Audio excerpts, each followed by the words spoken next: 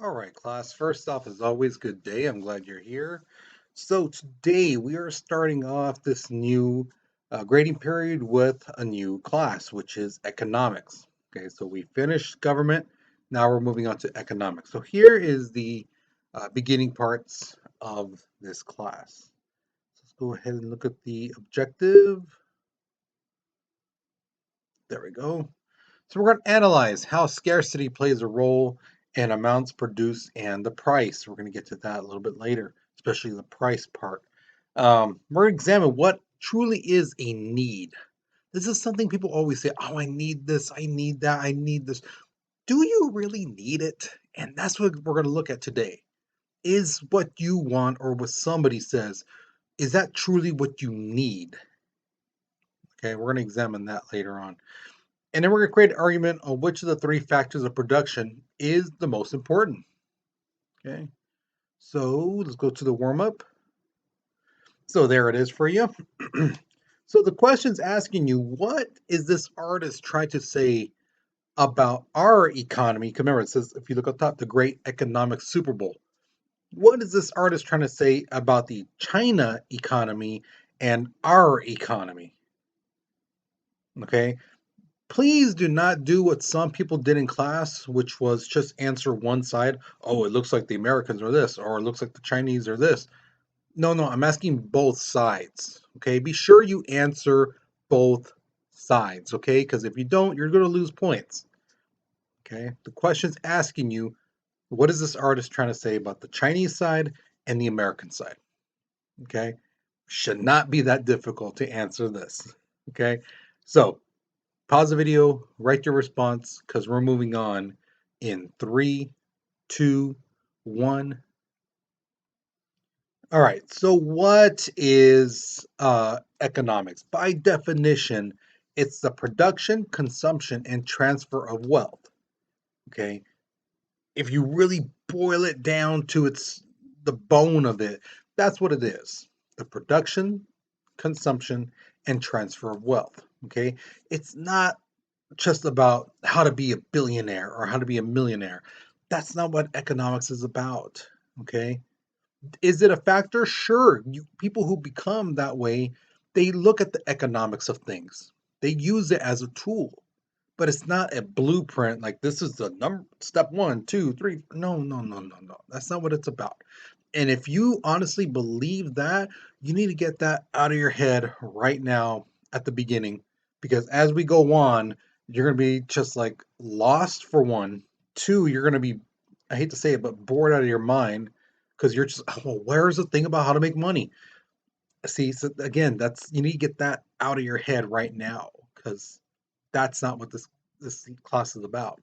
Later on, especially next semester, I will be teaching you how to build up your credit score, how to set up a banking account, how to write a check, how to write a resume, things that you will actually need in the real life.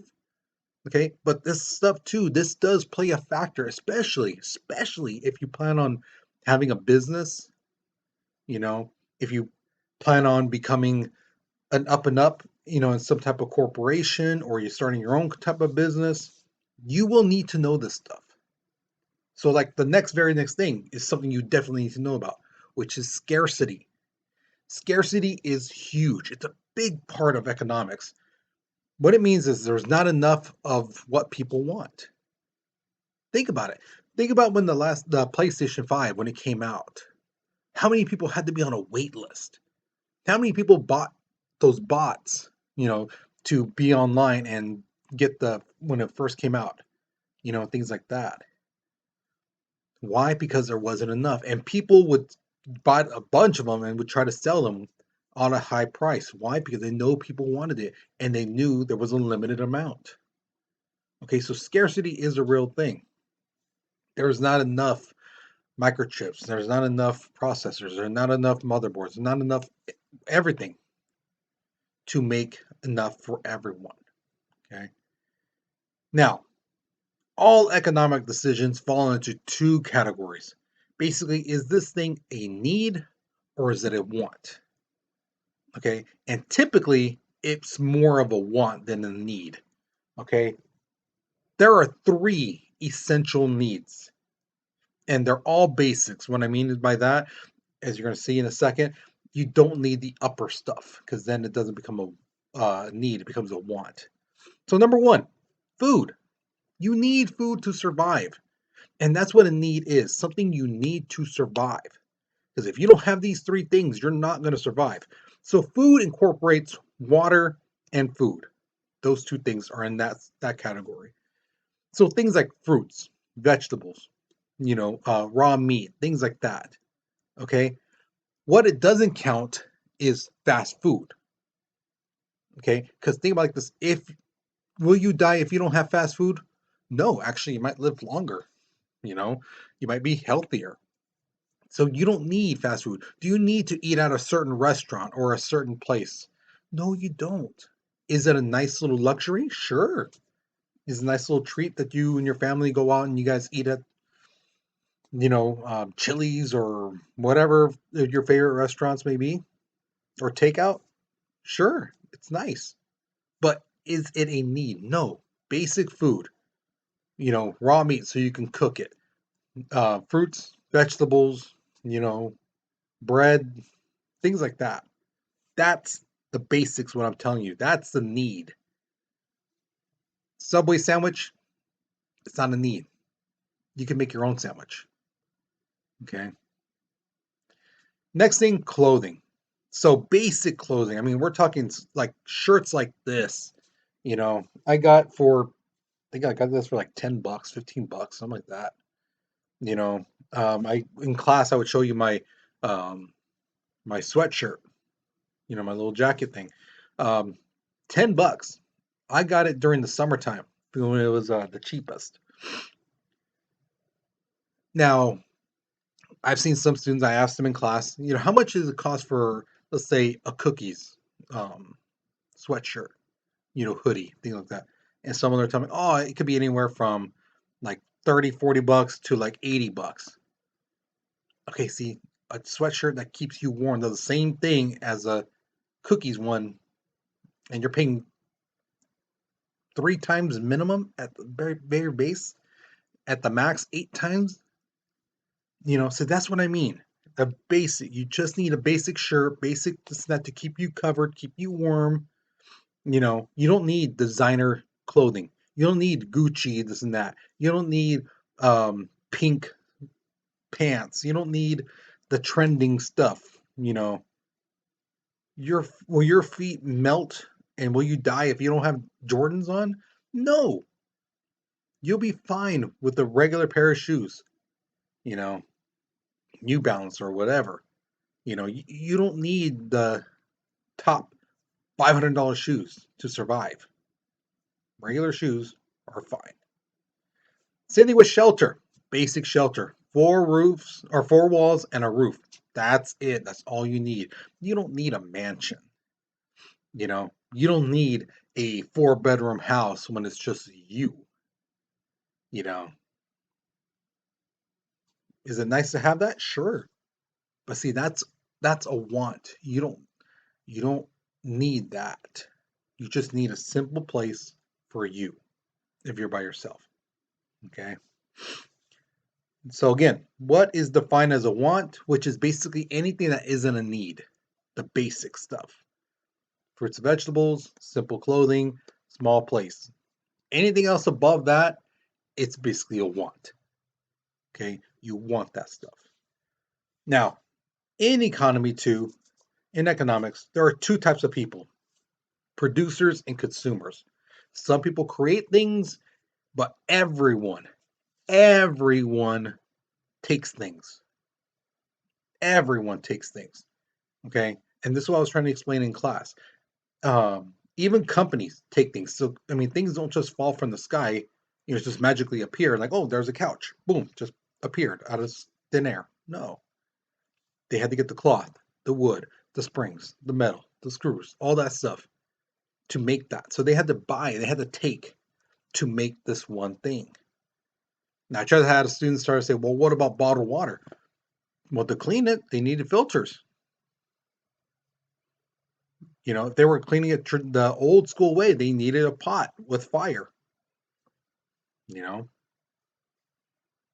to boil it. So there you go. Everyone takes. Very few people produce, create. Okay. Now, let's say you are going into business and you're like, well, okay, well, what do you do? To producers, they have to think of three things: what to make, how to make it, and who to make it for. So, the first thing, what to make. So, is this thing they are making, is this a want or a need? And typically, like I said, it's a want. Okay, so you're going to make something that people are going to want. Now, where are you going to make it? It would not be smart, right, to have a surfboard shop in the middle of our country, right? Dead smack in the middle of our country, right in like Kansas. What's the point of having a surfboard shop? There's no oceans. And if you some like some student try to say in class, well, what about a river? Huh? No, no, because surfboards, rivers make tiny, small little ripples. Oceans make waves, and that's what surfers want, big waves. Okay, that's like also um, selling shorts. You know, making a company that just makes shorts up in the North Pole makes no sense, right? It's always cold. Why make shorts? Okay, you got to know where your thing that people want is actually a place where they're going to want it. You know, that next thing is, excuse me, how are you going to make it? Are you going to make a ton of it? Are you going to make a certain amount of it? How are you going to make this certain thing? Okay. Now, let's see if I can grab one. One's up there, but I'm not going to grab it. So I use my little pop figures in class. So like one of them, sometimes they make them where you can find them at any store. You can find them at Target, Walmart, um, Hot Topic, GameStop, Box Lunch, anywhere. Then they make certain ones that are limited. They only make like a couple thousand, and they only sell it at one particular store. So that kind of company makes these things and they limit them. And sometimes they just mass produce where it's everywhere. And then it comes to the next part if you have a company. Do you use more machines and less workers or less machines and more workers? Are you going for precision or are you going for craftsmanship? Okay, because again, people make mistakes, right? That's how we are. We're human. We make mistakes. But a machine typically does not make mistakes, and they can make the finest detail on certain things, and they can handle things a lot better than humans can. But we as humans, we're very creative. We can do things by hand and make it look amazing. Okay, machines really can't. You need to program it to for it to do certain things, and even then, it's sometimes doesn't have that touch like a human does. So what do you do? Okay, that's something a company would have to ask themselves. And the last one, for whom are you producing this thing for? Who is the target? Is it adults? Is it kids? Is it guys? Is it girls? I mean, what's your target? So like I would say in class, if you watch football, typically when you watch the game, you're going to see a certain amount of commercials. You're going to see stuff for cars and trucks. You're going to see ads for beer and liquor. You're going to see ads for snacks, and sodas and drinks. And then you're going to see like car insurance. Why? Well, because hey, people, if you really connect it, look at trucks, cars, brand new vehicles. People want that. Hey, yeah, that's a brand new car. I want that brand new truck. I want that speedy car. And then alcohol, beer, liquor. Hey, people drink and they like when they're watching the game. They want to have that. So if they're running low, same thing with the chips and snacks. Oh, they see the commercial. Oh man, they look down. I'm running low. I need to get some more. And car insurance, hey, just people just knowing, hey, if I'm gonna be drinking and driving, I need to remember that car insurance commercial. And those little jingles, they capture your attention. And that's something we will talk about later on, especially next semester. Okay. The next thing you need to look at is the factors of production, which is land, capital, and labor. What are these things? Well, land is basically nature, anything that's not man made. Okay. So the soil, the ground, that trees, you know, water, things like that. That's land. That's considered land. Again, nature made, not man made. Then comes capital, which is anything you use to make your product, tools, equipment, machinery. Okay. So anything that takes a big old chunk of tree, whatever machinery you use to make a table, that machinery is capital. And the last part is labor, which is people, our efforts, skills, and abilities. Okay. Now, when it says like skills and abilities, it's not just stuff you do with your hands. Okay. It's also things like, can you talk in front of a bunch of people? Some people can't do that. Some people cannot talk in front of 20 people, let alone 500 people. Okay. So, someone like myself, who I've had training, I've taken classes for that, I learned the tricks. So, I have no problem talking to 500, 1,000, 5,000 people. No problem. Give me those people. I will talk. I will get the point across. Some people cannot handle that. So that's an ability I have that other people don't. Okay. I'm not going to get nervous. I'm not going to be, things like that. I'm going to be talking like I am right now to you guys and like I do in class. Okay. Skills, again, stuff you could do with your hands. Fix a car, create things, with your hands. Um, even something as simple as drawing. That's a skill. If you're able to draw pretty well, that's a skill.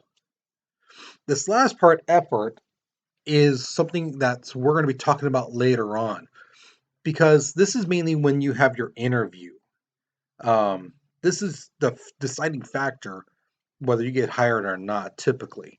Because if you go to interview and they tell you, well, why did you want this job? And you go, no, I don't know, just because, I need something to do. And like, I saw like you guys were hiring. So I was like, sure, why not? That tells the people you have like no desire to work. It's just because it was there. So they know your effort into the work is going to be down here.